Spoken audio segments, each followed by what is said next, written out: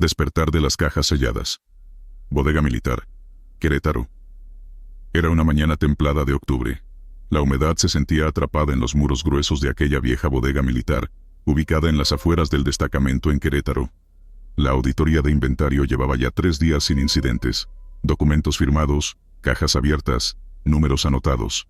Sin embargo, esa mañana en particular, cuando los soldados comenzaron a mover una hilera de cajas metálicas que nadie recordaba haber visto antes, todo cambió. Las cajas estaban selladas con remaches viejos y oxidados. Algunas tenían etiquetas descoloridas con fechas ilegibles, otras ni siquiera conservaban marcas visibles. Eran pesadas, con un polvo antiguo que se adhería a los guantes de los soldados como ceniza. Nadie sabía con certeza de dónde habían salido, ni por qué no aparecían registradas. El sargento a cargo, escéptico pero obediente, ordenó abrirlas para confirmar el contenido. Fue cuando comenzaron a desplazarlas que se escuchó el primer sonido, un golpeteo tenue, seco, como un dedo golpeando desde dentro. Todos se detuvieron. Uno de los soldados se rió nerviosamente, diciendo que era seguro que algún roedor quedó atrapado. Pero al acercarse y agachar la cabeza, otro lo contradijo. «Eso no es un animal, alguien está tocando». Los presentes intercambiaron miradas silenciosas. Uno de ellos, un soldado joven recién asignado al batallón, se adelantó con una barra para forzar la primera tapa. El metal chirrió con esfuerzo hasta soltarse, y el eco del vacío golpeó con fuerza sus oídos. Dentro, no había nada. Solo un aire denso y un olor a encierro, como tierra húmeda encerrada por años. Entonces, la caja contigua vibró ligeramente. Esta vez todos lo vieron. No fue ilusión ni sugestión colectiva. Se movió. Apenas unos milímetros, pero lo suficiente como para que el sargento diera la orden inmediata de abrirla también. El mismo procedimiento: palanca, fuerza, tapa abierta, y nada. Vacía. El silencio se volvió incómodo. Un par de soldados empezaron a bromear para aliviar la tensión, pero uno de ellos, de nombre Javier, permanecía inmóvil frente a la tercera caja, pálido. Los demás le gritaron que se moviera, que no dramatizara, pero no respondió. De pronto, soltó el casco y cayó de rodillas. «Lo escuché. Me habló», murmuró, sin levantar la vista. El sargento se acercó molesto, pero cuando intentó ayudarlo a levantarse, Javier tembló como si tuviera fiebre y dijo en voz baja: «Me dijo que ya no hay espacio». El tono en que lo dijo fue lo que inquietó a todos. No sonó como una frase al azar, sonó a sentencia, a advertencia. El médico de la base fue llamado. Javier fue llevado a enfermería, pero no dejaba de repetir lo mismo. Sus ojos se fijaban en un punto que nadie más podía ver, y cada cierto tiempo se tapaba los oídos como si algo lo torturara por dentro. Fue sedado y trasladado a observación. Los otros soldados quedaron con una sensación de asco inexplicable, como si hubieran profanado algo que debía permanecer cerrado. Esa noche, un par de soldados voluntarios quedaron para custodiar la bodega, hasta que se decidiera qué hacer con el resto de las cajas. Uno de ellos se llamaba Héctor. Contaba después que a las 3 de la madrugada, mientras revisaba el perímetro, escuchó lo que creyó era una radio encendida. Se acercó a la bodega, pensando que alguien había dejado un aparato funcionando. Pero la puerta estaba cerrada con candado. El sonido venía de dentro, un susurro intermitente, como oraciones mal pronunciadas, voces superpuestas, y entre todas ellas, una que repetía el mismo mensaje de Javier: «Ya no hay espacio». Héctor se alejó de inmediato, nervioso. Pensó en abrir la puerta, pero algo dentro de él lo detuvo. Al día siguiente juró que vio las huellas de unas manos en el polvo sobre una de las cajas, como si alguien desde adentro hubiera empujado. La base decidió clausurar el área temporalmente. Un oficial superior ordenó que se sellara todo y se notificara al alto mando. Se pidió discreción. Sin embargo, los rumores se esparcieron rápido entre los soldados. Algunos empezaron a decir que esas cajas no eran de la base, que habían sido traídas hacía décadas desde otra instalación clausurada al norte del país, donde hubo un experimento de confinamiento extremo que terminó mal. Los más viejos callaban, pero no negaban. Días después, un electricista que fue llamado para revisar las luces exteriores de la bodega encontró algo aún más perturbador. En la parte trasera del almacén, justo detrás del muro que daba al campo, había un orificio cubierto por bloques. Alguien había tratado de cerrarlo hace años, pero dentro, con ayuda de una linterna, se alcanzaban a ver otras cajas. Muchas más, apiladas en filas irregulares, algunas abiertas, otras oxidadas. Y lo más extraño, marcas en la pared, como arañazos o escrituras hechas con clavos. Ninguna era legible. El acceso fue bloqueado esa misma tarde. Los psiquiatras que trataron a Javier informaron que su estado empeoró. Dejó de hablar por completo. Solo se le oía murmurar palabras incomprensibles mientras dormía. Se notó además que había comenzado a dibujar cajas. Muchas, siempre cerradas. Y en todas, escribía la misma frase bajo ellas: no abras, no hay espacio. Poco después, fue transferido a un hospital militar fuera del estado. Nadie volvió a entrar a esa bodega. Oficialmente se informó que fue cerrada por riesgo de colapso estructural. Las cajas, según el reporte final, fueron trasladadas a una zona de resguardo para análisis, aunque nadie sabe con certeza si eso ocurrió. Los soldados que participaron en la auditoría fueron reasignados a distintas zonas del país. Algunos renunciaron meses después. Otros simplemente desaparecieron del registro interno sin que se diera explicación pública. Y cuando alguien pregunta por las cajas, por lo que ocurrió esa semana, lo único que se escucha es el mismo susurro entre pasillos, contado con voz baja por quienes aún recuerdan. Dicen que esas cajas nunca estuvieron vacías, solo estaban esperando. Y que aún susurran, desde donde sea que estén ahora. Cámara de niebla, instalación de resguardo, Tamaulipas. Cada madrugada sin falta, la niebla aparecía. Comenzaba como una bruma tenue, apenas perceptible bajo la luz artificial del cuarto de almacenamiento. Pero antes de que dieran las 3, ya no se podía ver el suelo. Lo primero que hicieron fue revisar el sistema de ventilación, pero no había humedad excesiva ni fallas de presión. Incluso sellaron por completo la entrada, bloquearon las rendijas, apagaron el flujo de aire. Y aún así, la niebla se manifestaba como si naciera desde el concreto. El encargado de la bodega, un hombre curtido por años en funciones de vigilancia nocturna, fue el primero en darse cuenta de que no se trataba de un simple fenómeno físico. Lo notó una madrugada, cuando la niebla se formó antes de lo habitual. Al apuntar con su linterna desde la reja exterior, distinguió algo que no encajaba con la geometría del lugar. Un bulto suspendido en el aire. Estático, sin sombra ni volumen claro. No dijo nada al principio.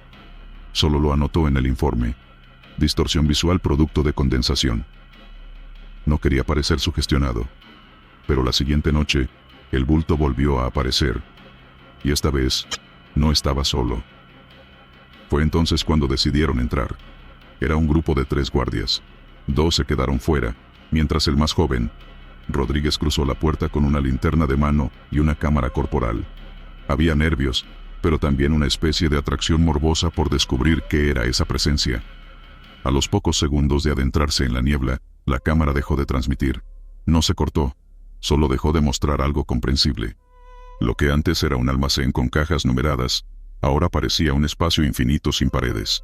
Solo figuras suspendidas, algunas verticales, otras encorvadas, como flotando sin peso. No emitían sonido, no respiraban, no se movían con la lógica del aire ni de la gravedad, pero estaban conscientes de él. Rodríguez narraría después, con voz apagada, que no tenían rostro. Donde deberían estar los ojos, solo había piel tensa, como cera mal moldeada. Las extremidades eran alargadas, casi exageradas, con dedos finos que parecían doblarse sin romperse. El aire se volvió denso, difícil de respirar, y fue entonces cuando una de esas figuras se le acercó. No caminó, no voló, solo apareció frente a él, con el torso a la altura de sus ojos, tan cerca que pudo notar la textura traslúcida de su piel. Y sin violencia, sin amenaza, lo empujó. Rodríguez dijo que no fue con fuerza, más bien fue como si le indicara el camino, como si esa entidad supiera que no debía quedarse allí. Tropezó hacia atrás, tanteó la pared a ciegas, y al estirar la mano, sintió el picaporte. La puerta que antes estaba cerrada desde fuera, de pronto se abrió. Los 2 guardias lo sacaron arrastrando. No habló durante el resto del turno. La cámara solo grabó estática, y la linterna, al revisarse más tarde, tenía marcas de quemaduras circulares en el metal. Durante semanas intentaron justificar lo ocurrido. Condensación térmica, gases retenidos, fallos del sistema eléctrico. Cada hipótesis era probada, pero la niebla volvía. Siempre entre 2 y 3 de la madrugada. Siempre más espesa, siempre más viva. Colocaron sensores, cámaras térmicas. Nada sobrevivía más de 3 minutos dentro. Las baterías se drenaban. Los archivos se corrompían. Incluso un dron enviado al interior se perdió al cruzar la mitad del cuarto. Jamás regresó. Lo que más perturbó al personal fue lo que vino después. Una noche, al hacer la ronda, uno de los supervisores encontró marcas sobre el cristal exterior del cuarto. No eran rasguños, eran huellas de manos, pero invertidas, como si alguien hubiera presionado desde dentro. Cientos de ellas, pequeñas, grandes, algunas con dedos deformes, todas sin línea de vida. El ambiente dentro de la instalación cambió. Se reportaron pesadillas colectivas. Varios empleados comenzaron a escuchar susurros al pasar cerca del cuarto. Palabras incomprensibles pero repetitivas, como si la niebla susurrara algo desde dentro del concreto. Un psicólogo militar fue traído para evaluar a los guardias. Diagnosticó estrés inducido por su gestión colectiva, pero al marcharse, dejó de responder a sus contactos. Su auto fue hallado abandonado a pocos kilómetros del recinto, con todas sus pertenencias intactas, excepto su libreta de apuntes. Los superiores decidieron entonces sellar la habitación por completo, soldaron la puerta, tapiaron con concreto armado y prohibieron el acceso a todo el personal. Durante unos días funcionó, la niebla no se filtró, los rumores se diluyeron. Pero entonces ocurrió la última manifestación. Fue una madrugada cualquiera, no había niebla en el exterior ni señales extrañas en el perímetro. Sin embargo, en las cámaras del pasillo que daba al cuarto sellado, se detectó una figura, solo una. Caminaba lentamente, descalza, no emitía sombra. Al cruzar bajo las luces, el sistema eléctrico falló, y los focos comenzaron a parpadear. Cuando llegaron los refuerzos, no había nadie. Pero en la pared junto a la antigua entrada al cuarto, había una frase escrita con una sustancia marrón, ya reseca. Gracias por no dejarnos solos.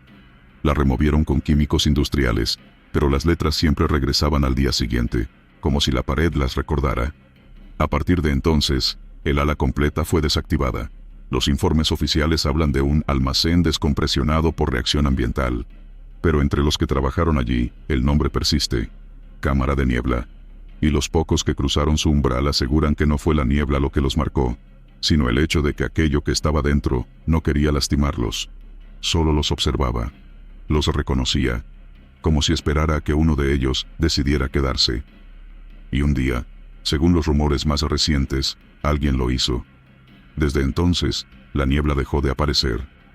Pero nadie se atreve a romper el muro, porque nadie quiere descubrir qué quedó encerrado dentro, o quién. Sombra en el polígono de tiro. Campo Militar, Zacatecas. No hay registro oficial, pero todos los que han servido en ese campo conocen la advertencia. Si una silueta aparece en la línea del blanco durante la noche, no se dispara. No se cuestiona. Solo se baja el arma, se espera unos minutos y se continúa cuando desaparece. Así me lo contaron cuando llegué. Pensé que era otra leyenda de cuartel, de esas que se usan para asustar a los nuevos. Pero esa noche entendí que no era un cuento. Estábamos en un ejercicio de puntería nocturna, con visión térmica. Era un entrenamiento rutinario, sin mayor novedad. La línea estaba marcada, las órdenes claras. Cada quien en su sitio, silencio total. Solo el viento silbando por entre los barrancos de Zacatecas y el clic metálico de las armas al prepararse. Se dio el inicio. El primer disparo partió el aire, luego el siguiente, como una orquesta de fuego controlado. Todo iba según lo previsto. Hasta que uno de los compañeros paró en seco, bajó su rifle, murmuró algo que nadie entendió. El de al lado hizo lo mismo. El oficial encargado levantó el puño, alto al fuego. «Hay algo», dijo por radio el operador de visión térmica.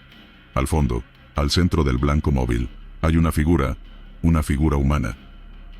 Todos los visores se enfocaron en ese punto. Clarísimo. Una silueta estática, no parecía agachada, ni cubierta. Solo parada, recta, a media distancia entre los blancos y la barda. Una zona donde nadie debía estar, especialmente a esa hora. Se activaron luces de apoyo. Nada. Solo el terreno, polvo levantado y algunos casquillos dispersos. No había sombra, ni figura, ni cuerpo. Pero en la cámara térmica, seguía allí, inmóvil. No caminaba, no reaccionaba. El instructor caminó al frente, con pasos lentos, firme, como quien ya sabe lo que va a encontrar. Se detuvo antes de cruzar la línea, como si una fuerza invisible le indicara que más allá no debía ir. Volteó hacia nosotros. «Ya volvió», dijo con voz queda. Siempre vuelve cuando uno se confía. En su rostro no había miedo, más bien resignación. Volvió sobre sus pasos, encendió un cigarro y se sentó sin decir nada más. Más tarde, cuando nos replegamos, el tema se coló entre murmullos. Uno de los sargentos mayores se acercó a nosotros. Nos pidió que no comentáramos nada por radio, que lo que habíamos visto no debía registrarse en los informes. Nos contó que esa figura aparece desde principios de los 90, que el primero en verla fue un teniente que practicaba de noche, solo. Dijo que pensó que era un intruso y disparó. Al día siguiente, lo encontraron fuera del cuartel, sentado en un poste, temblando. No recordaba cómo había salido. Después de eso, cada cierto tiempo, aparecía la figura. A veces solo se veía por segundos. Otras veces duraba hasta que alguien le hablaba. Siempre en la misma zona, siempre al fondo de los blancos, nunca en otra parte. En el cuartel viejo, una vez un soldado bebido gritó que era el fantasma de alguien que nunca encontró su blanco, un recluta que se suicidó porque nunca pudo disparar con puntería. Pero otros decían que era un civil, alguien que cruzó el campo sin saberlo, hace décadas, y que nadie supo cómo desapareció. Uno de los más antiguos, el operador del almacén de armas, juraba que él mismo lo vio una vez acercarse, que estaba limpiando el lugar cuando vio a alguien pasar frente al portón. Pensó que era un soldado extraviado, pero al salir no había huellas. La tierra estaba intacta, como si nada ni nadie hubiera caminado allí. Solo quedaba una brisa helada, impropia de esa zona seca. Muchos intentaron captarlo con cámaras digitales. Nada. Solo la térmica lo detectaba. Ninguna otra lente. Lo más cerca que alguien estuvo de tocarlo fue una vez que un perro del escuadrón K9 corrió hacia esa dirección, ladrando como si viera algo. Pero cuando llegó, el animal chilló y se echó al suelo, sin moverse por horas. Nunca volvió a entrar al polígono. Lo jubilaron poco después. Los reportes se hicieron tan frecuentes que un capitán pidió formalizar el fenómeno como objeto no identificable en la bitácora interna, pero fue ignorado. Nadie quiere aceptar algo que escapa al protocolo. Así que lo manejan con silencio. Solo los nuevos, como yo en aquel momento, se topan con esa verdad de golpe. Después, uno aprende que el miedo también es parte del adiestramiento. En otra práctica, 2 semanas después, la figura apareció otra vez, esta vez más cerca, apenas a unos metros de la segunda línea de blancos. La orden fue la misma, detener fuego, nadie se mueve. Pero uno de los reclutas no acató. Disparó, solo una bala. El eco del tiro pareció prolongarse más de lo normal. No hubo gritos, ni viento, solo el eco. Esa noche, el recluta no pudo dormir. A la mañana siguiente fue trasladado a la enfermería por episodios de ansiedad. Murmuraba que la figura lo miraba desde su litera, que lo señalaba con el dedo, como si lo culpara.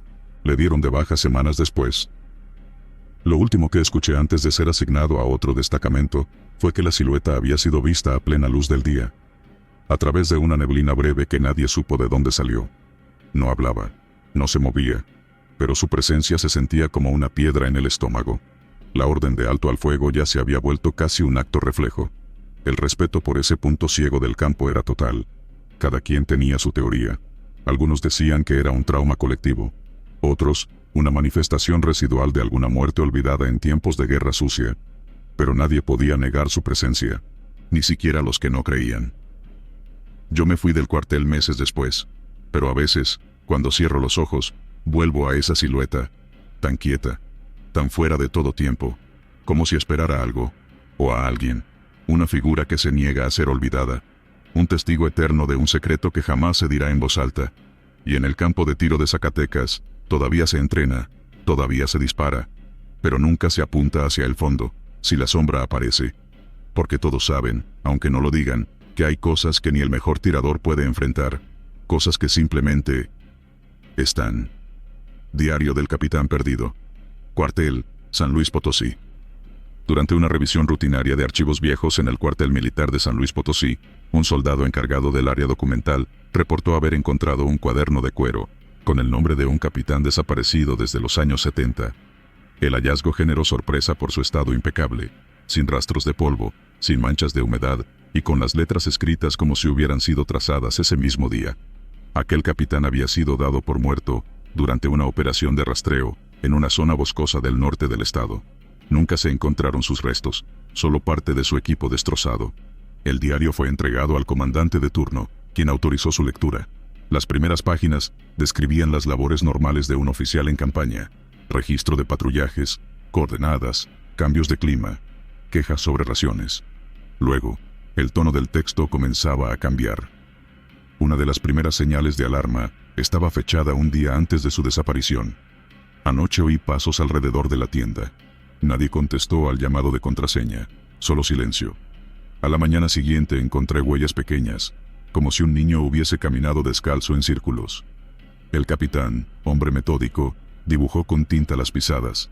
Al lado escribió: "No son humanas". Poco a poco, el diario se convertía en una especie de testamento. Contaba que su grupo se dividió por error, que la brújula giraba sin dirección clara y que los radios emitían estática intermitente, seguida de una voz que no pertenecía a ningún miembro del pelotón. "Dice mi nombre, pero con un eco metálico", escribió. A la mitad del cuaderno, la caligrafía cambia. La letra se vuelve más apretada, temblorosa, como si el autor escribiera con frío o con miedo. El contenido se vuelve aún más inquietante. Las sombras caminan entre los árboles, no hacen ruido, me observan, no me atacan, solo esperan algo. Una nota breve, sin fecha, aparece más adelante. La noche ya no termina. Llevo días en oscuridad perpetua. Solo me guían las luciérnagas, pero me llevan en círculos. Estoy atrapado. No sé cuánto tiempo ha pasado. En la penúltima página, el capitán describe haber encontrado una cabaña en ruinas, cubierta de musgo. Dentro había retratos antiguos de soldados que nunca conoció, todos con uniforme mexicano, pero rostros difusos. En una mesa, dice, encontró una vela encendida. No recuerda haberla encendido. No había viento. No había ruidos. Solo un reloj sin agujas marcando las 12 eternas. El último texto fue lo más perturbador. Aunque el diario parecía provenir de hace más de 50 años, la fecha al pie era de esa misma semana. Sigo esperando a que alguien me saque del bosque. El soldado que lo leyó por primera vez asegura que sintió un escalofrío al tocar la última página. Afirma que, por un instante, olió tierra mojada, como si una brisa del bosque se hubiera colado por la ventana del archivo. Se ordenó una investigación. Nadie en el cuartel tenía constancia de que ese cuaderno hubiese sido entregado, enviado o catalogado.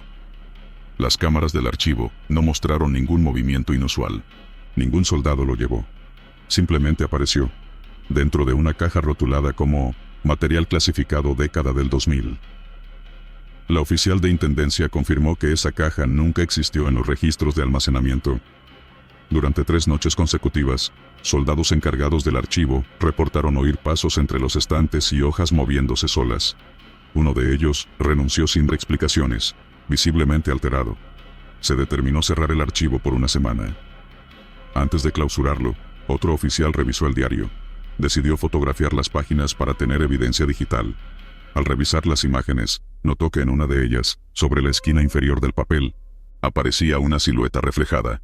Un rostro borroso, con insignias de capitán en el uniforme. Nadie estaba frente a la cámara al momento de la toma. La foto fue impresa y guardada bajo llave. Horas después, la imagen desapareció de la memoria de la cámara. Un grupo reducido de soldados pidió autorización para ir al bosque donde desapareció aquel capitán hace décadas. Fueron con drones, GPS, cámaras de visión nocturna y comunicación satelital. El bosque, al llegar, parecía normal, tranquilo, incluso acogedor. Avanzaron en fila, siguiendo mapas antiguos. A mediodía, encontraron una pequeña cruz oxidada, con iniciales idénticas al nombre del capitán.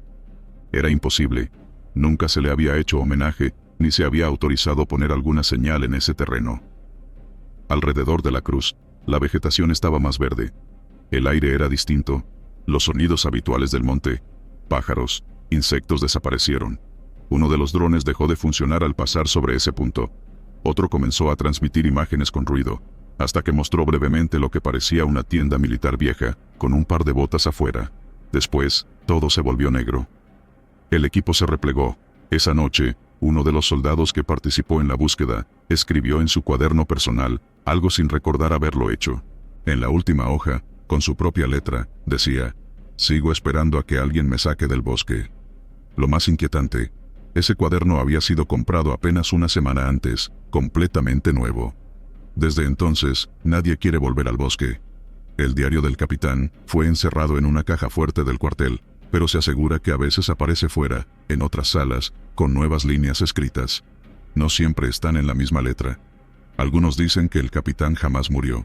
Otros creen que es el bosque el que retiene su eco. Lo cierto es que cada cierto tiempo aparece una nueva nota. Breve, desesperada. Siempre con la misma frase. Sigo esperando a que alguien me saque del bosque. Saludo del mástil viejo. Campo ceremonial Guerrero. El asta oxidada fue removida un jueves por la mañana. Ya tenía años sin uso, inclinada, chirriante con el viento. El cambio fue parte de una remodelación general en el campo ceremonial del cuartel.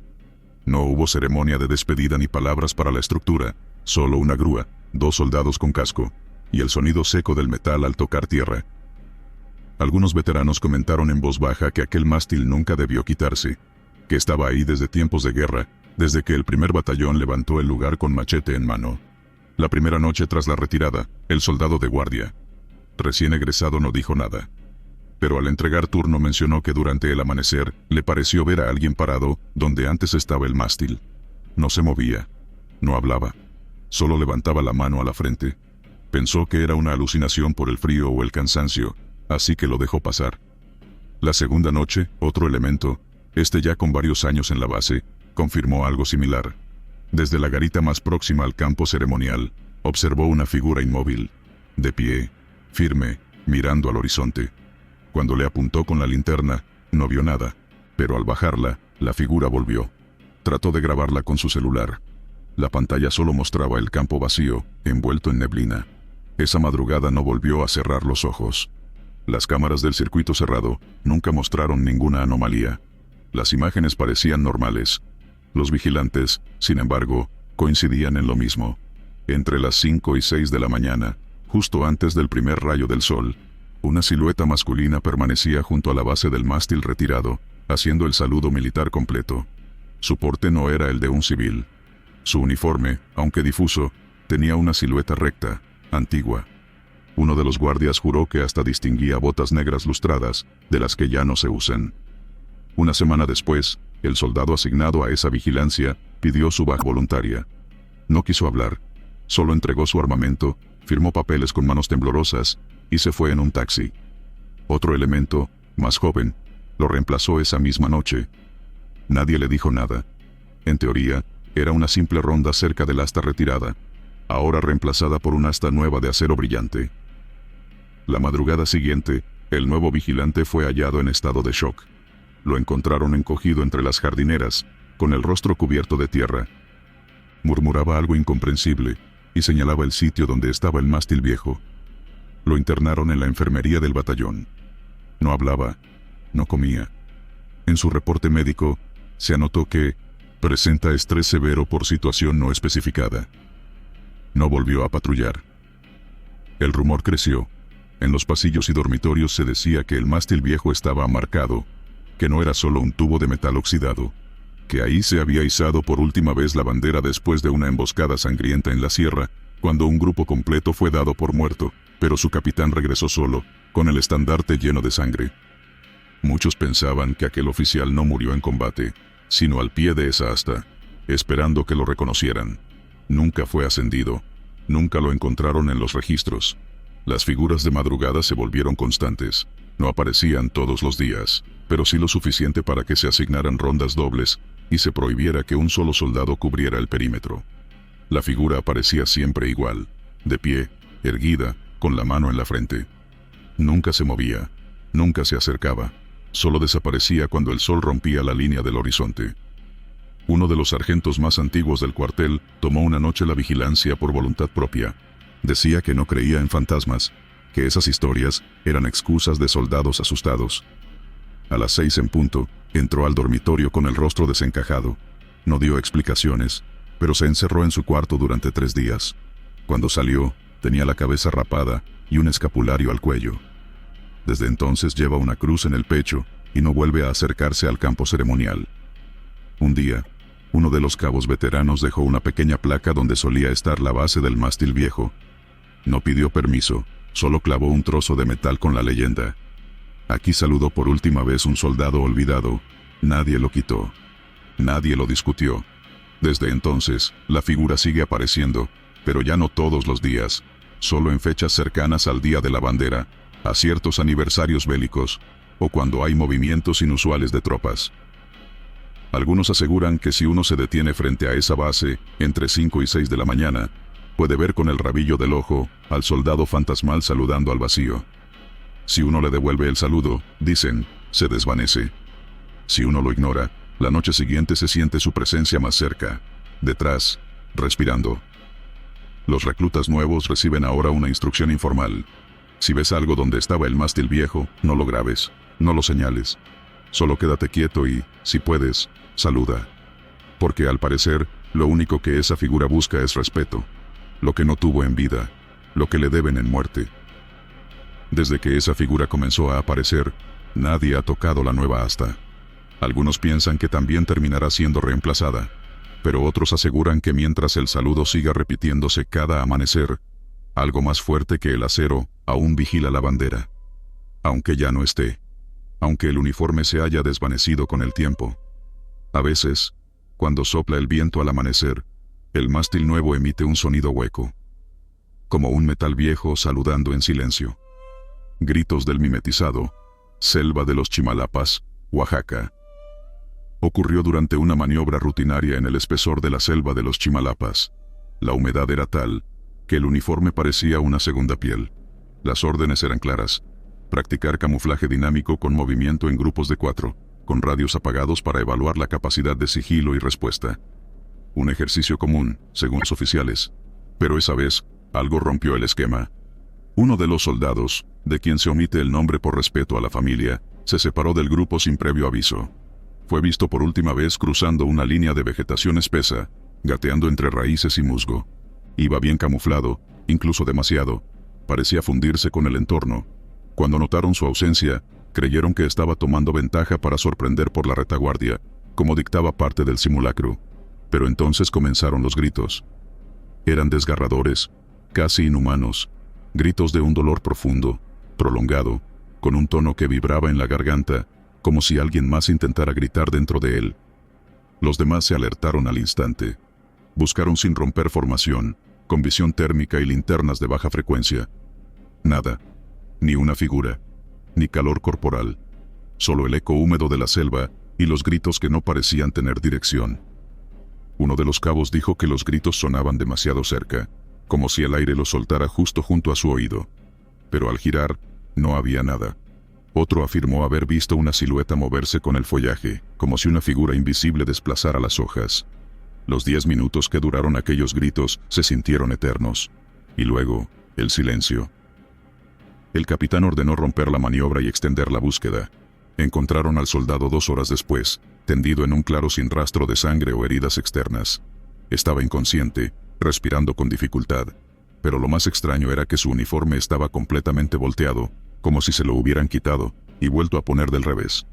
Botas, calcetines, incluso el cinturón. Todo del lado incorrecto, lo cual era imposible sin ayuda. Cuando recobró el conocimiento, se limitó a ver al capitán con los ojos desorbitados. No pronunció palabra.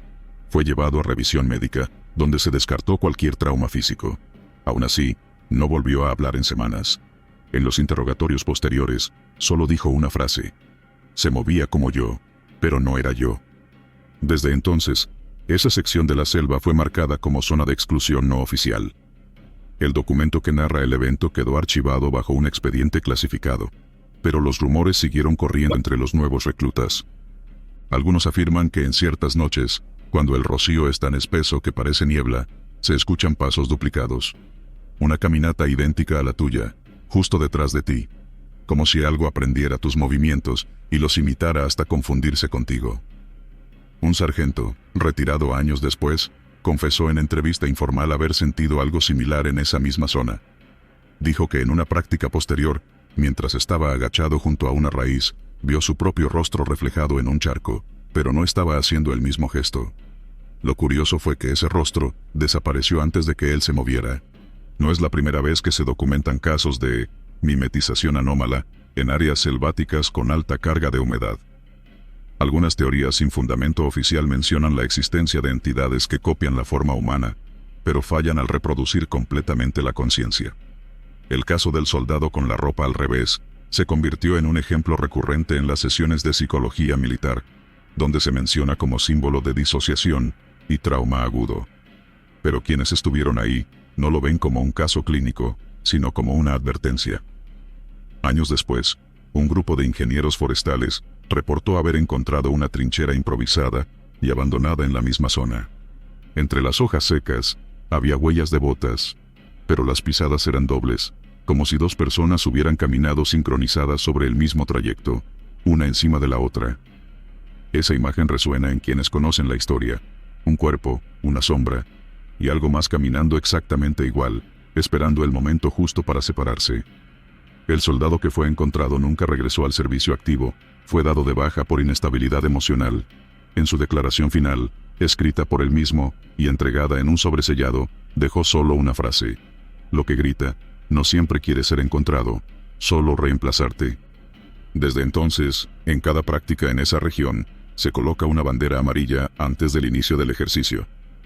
No es parte del protocolo oficial.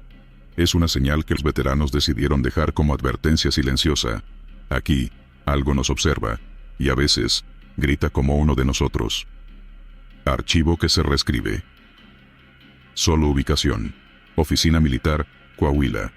La oficina administrativa del batallón número 27, en una zona poco transitada del estado de Coahuila, llevaba años funcionando con eficiencia.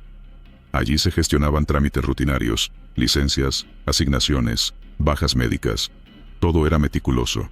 Las computadoras eran antiguas, pero funcionaban con un sistema interno sin conexión a Internet. Aquel detalle fue clave. El incidente comenzó una mañana gris, a inicios de otoño, cuando el capitán de archivo recibió una solicitud pendiente: redactar la baja oficial de un soldado reportado como desaparecido en maniobras realizadas 2 semanas antes, cerca del desierto de Paredón. No había cuerpo, pero por protocolo, al no haber señales de vida ni rastro alguno en el perímetro, el ejército debía emitir un cierre administrativo. El encargado redactó el archivo. Ingresó manualmente los datos del soldado: nombre, matrícula, unidad, misión. Todo iba normal hasta que llegó al campo de causa de baja. Tecleó: desaparición durante maniobra nocturna. Guardó el documento. Imprimió. La hoja salió con un error sutil. En lugar de desaparición durante maniobra nocturna, el sistema había colocado: traslado espiritual confirmado. Pensó que era un fallo de formato o alguna plantilla mal vinculada. Reabrió el archivo. La línea estaba como él la había escrito. Borró, volvió a escribirla, guardó de nuevo. Imprimió una segunda copia. Otra vez lo mismo. El error exacto, en la misma línea, con las mismas palabras. Lo dejó sobre el escritorio mientras revisaba otros documentos, intentando descartar un virus o una modificación de sistema, pero no encontró nada extraño. Reinició la computadora. No funcionó. La tercera vez, lo redactó directamente en Word, sin usar plantillas ni copiar campos. Teclado por teclado, letra por letra. Guardó. Revisó. Todo estaba correcto. Pero al imprimir, la impresora, vieja pero funcional, expulsó la hoja con la frase ya conocida: traslado espiritual confirmado. El capitán pidió apoyo al teniente responsable de sistemas. No había ninguna red externa que justificara una interferencia. Revisaron el CPU. No había señales de hackeo ni archivos corruptos. Decidieron pasar el texto a una USB y transferirlo a otra máquina en otra oficina. Un equipo de escritorio distinto, incluso con otro sistema operativo.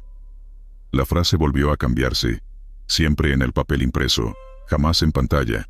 Eso los inquietó. Esa noche, el capitán se quedó revisando papeles pasados, especialmente los de bajas administrativas por muerte o desaparición. Encontró un patrón. En al menos 5 casos anteriores de soldados desaparecidos sin cuerpo recuperado, los archivos físicos mostraban alteraciones similares. No todos decían traslado espiritual. Algunos decían finalizado en otra dimensión o baja sin retorno humano. Pero solo en el papel. En el sistema digital, los textos eran normales. Convocaron una revisión interna con 2 altos mandos.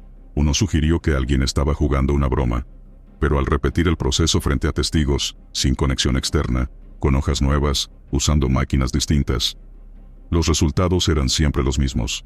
La causa oficial de baja se reemplazaba, como si algo, o alguien insistiera en dejar constancia de un destino no humano, no terrenal.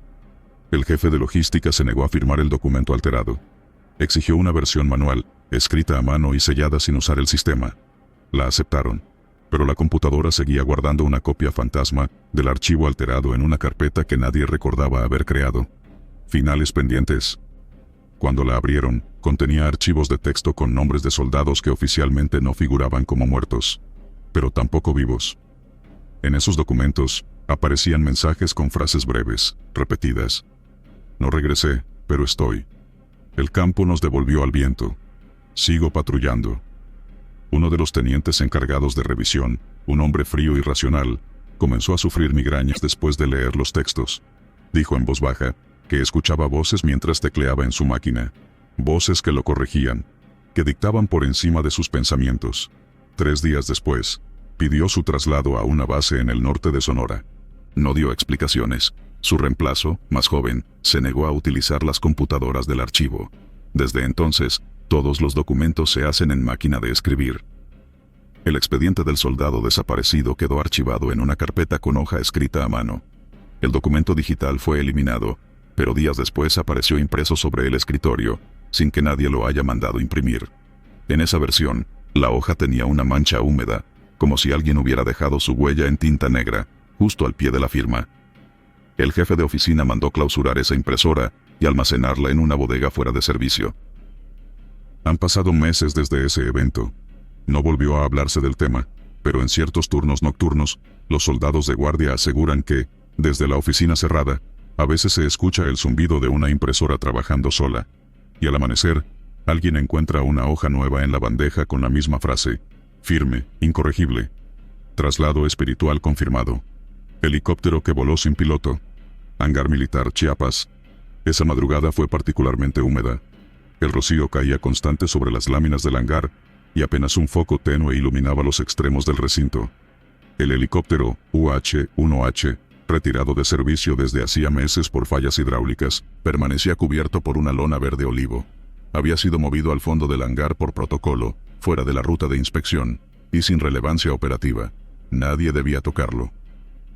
El soldado encargado de la vigilancia esa noche, un cabo de apellido Torres, fue el primero en reportar algo extraño. A eso de las 3:30, mientras hacía su ronda, escuchó el sonido agudo de las hélices intentando girar. Pensó que era el eco de algún aparato en revisión, pero al asomarse hacia el fondo, distinguió una tenue luz encendiéndose dentro del helicóptero inactivo. Lo que más le desconcertó fue ver, desde lejos, la palanca de colectivo moviéndose lentamente de arriba abajo, como si alguien la sujetara con torpeza.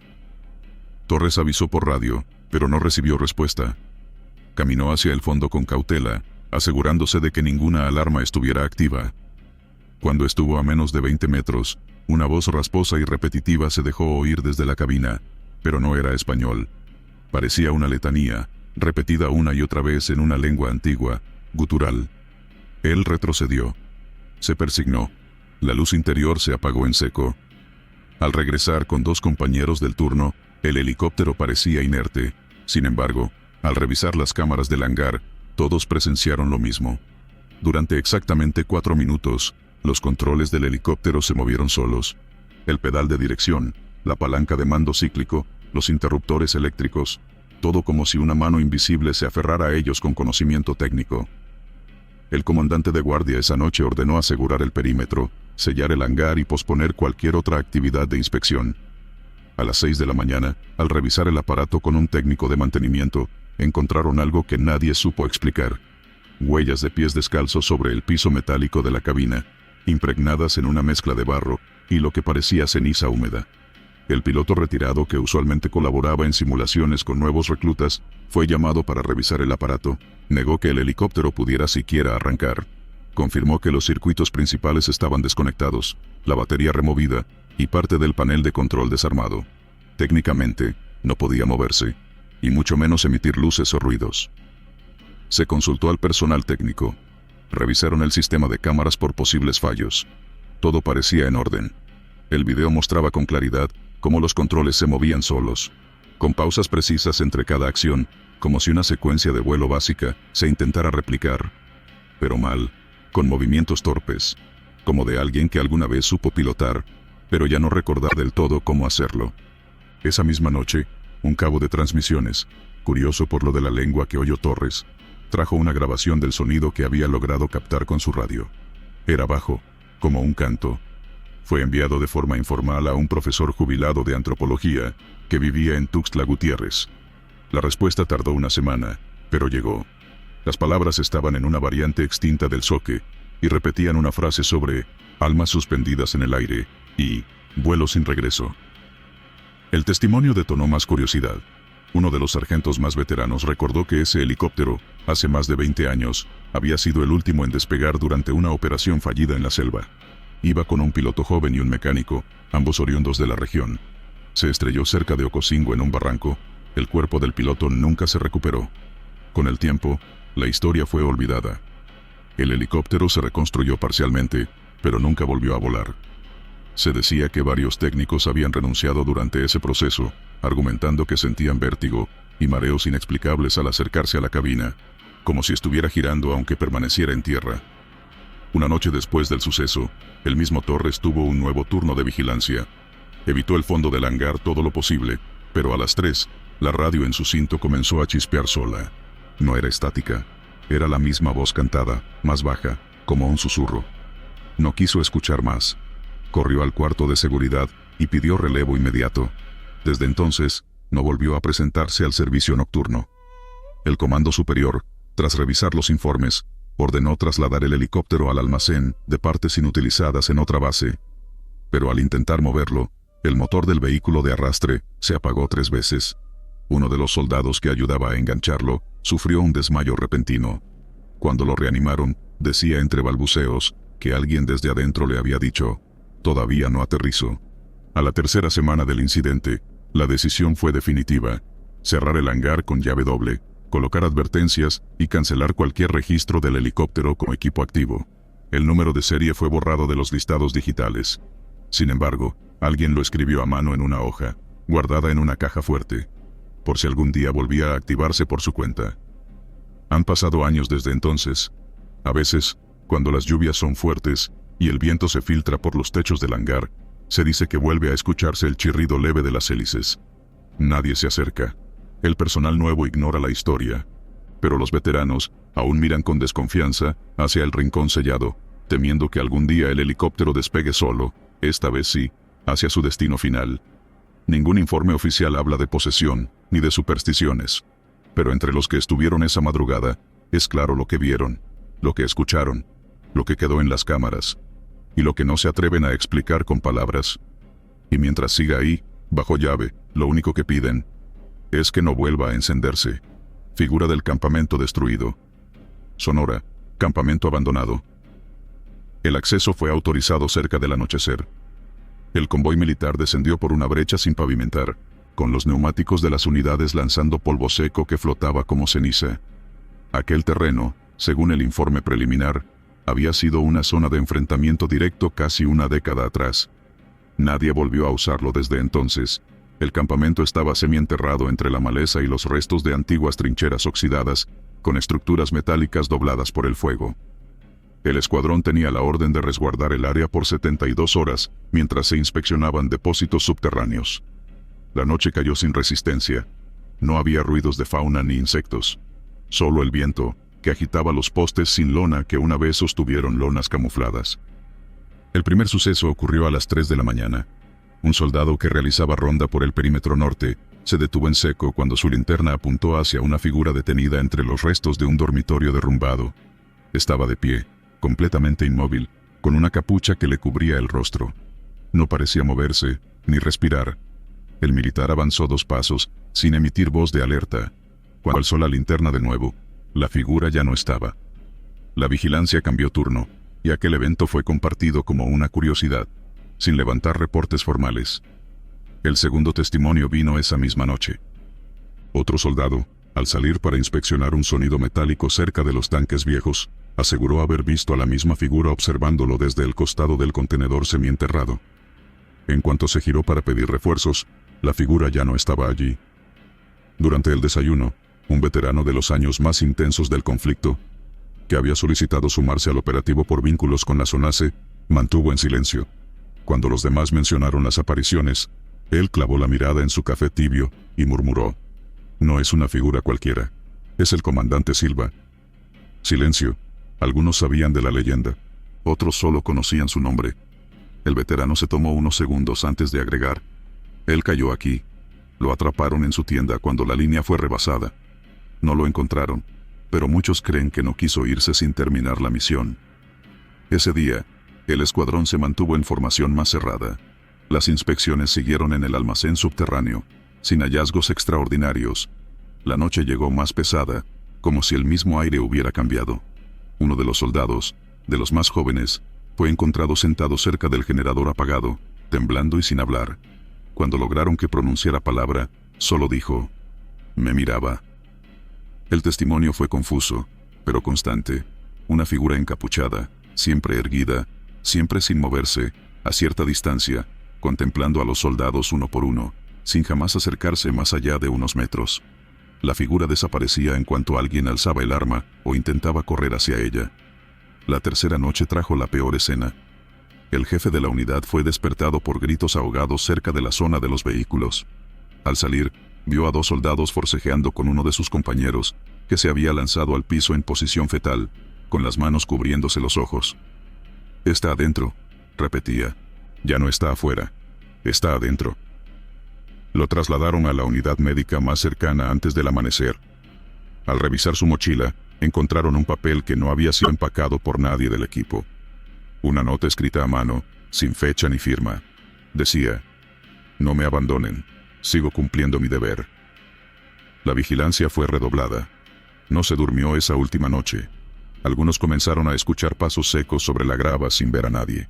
Otros juraron que las radios encendidas emitían una voz que decía en tono bajo: «Reúnanse, reúnanse». Aunque los técnicos revisaron el equipo, no encontraron interferencias ni grabaciones. Uno de los conductores, mientras revisaba su camión al amanecer, notó que el parabrisas tenía una marca nueva. Un par de dedos mojados en polvo habían dibujado un saludo militar, la palma abierta al borde del cristal. Antes de partir, el veterano dio una última vuelta al perímetro. Se detuvo frente a la estructura más colapsada del lugar, un mástil roto donde antes ondeaba una bandera. Allí colocó un encendedor gastado y una vieja insignia de rango. Nadie preguntó de dónde la había sacado. «Él no está enojado», dijo con tono plano. «Solo quiere que recordemos que aún está de guardia». Desde entonces, ese lugar no ha sido reasignado. Cada reporte de patrullaje nuevo que pasa cerca, sin saber la historia, termina enviando notas similares. Luces entre los escombros, una figura parada junto a los restos del comedor, o pasos que no corresponden al número de botas en el terreno. Lo único que piden ahora los soldados que conocen la historia es que nadie vuelva a montar base en el campamento destruido. Dicen que mientras no se le moleste, la figura permanece en pie, con la espalda recta, haciendo guardia entre los restos, noche tras noche. Y si alguna vez desaparece, será porque por fin terminó su misión, o porque ya no está solo. Niño del camuflaje verde, región montañosa de Hidalgo. Durante una operación de reconocimiento en una zona elevada al sur de Hidalgo, una unidad de soldados se asentó temporalmente en una antigua estación forestal abandonada. El clima era húmedo, la niebla bajaba rápido después del mediodía, y los radios tenían interferencias constantes al anochecer. No había presencia civil documentada cerca de esa área, ni ranchos, ni caminos transitables. Por eso extrañó tanto lo que vieron al tercer día. Fue justo antes del anochecer. La patrulla encargada de inspeccionar el perímetro, compuesta por 5 elementos, se detuvo cuando uno de ellos señaló algo entre los arbustos. A unos 20 metros, bajando por una vereda poco visible, caminaba un niño.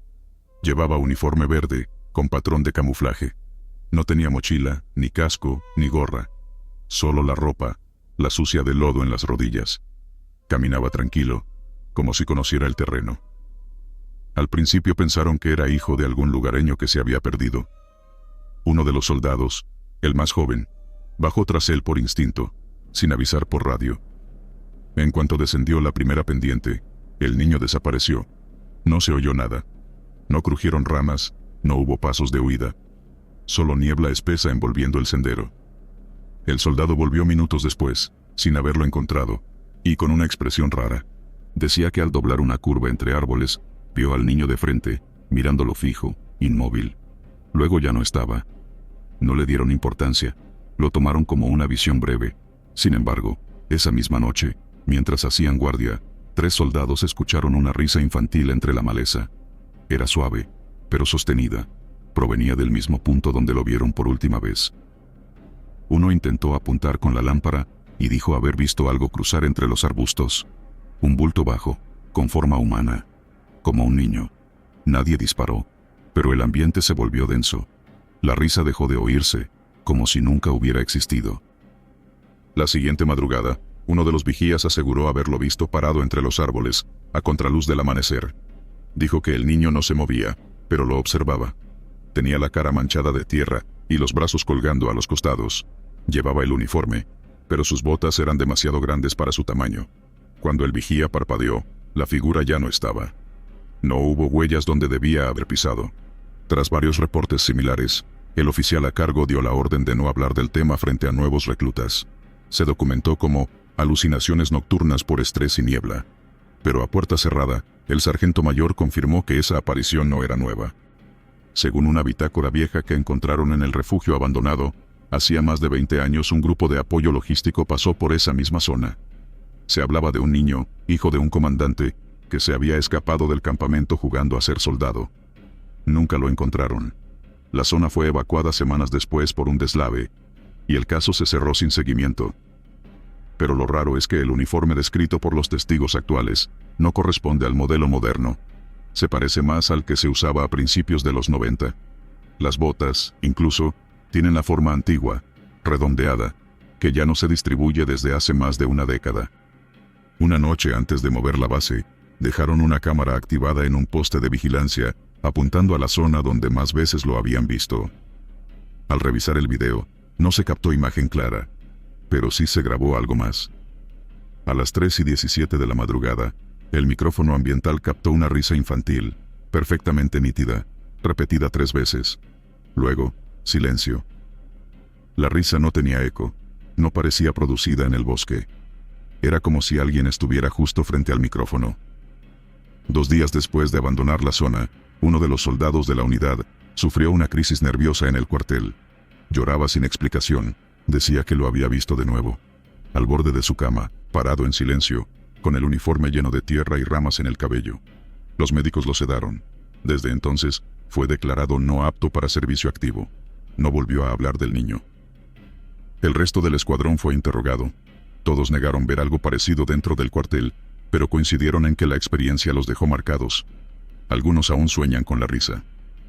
En la bitácora de anomalías, se asentó como fenómeno sin riesgo inmediato, pero con posible implicación espiritual. Se prohibió acampar en la zona más baja del perímetro, donde fue visto por última vez. Poco después, el archivo de la antigua misión logística donde se menciona al niño desaparecido, fue trasladado a una sección restringida. Alguien escribió a mano sobre la carpeta: caso cerrado. El niño ya no juega. Ningún soldado ha querido volver a esa área. Incluso los mapas de planificación evitan trazar rutas por el sendero donde todo comenzó. Hoy, quienes estuvieron allí aseguran que esa risa, la del niño en camuflaje verde, no viene de un cuerpo vivo, que lo que se apareció entre los árboles era algo más antiguo, más enraizado en la tierra. Como si el bosque lo hubiera hecho parte de sí. Como si la selva no lo dejara ir. O como si aún lo hiciera jugar a ser soldado en una guerra que solo él recuerda.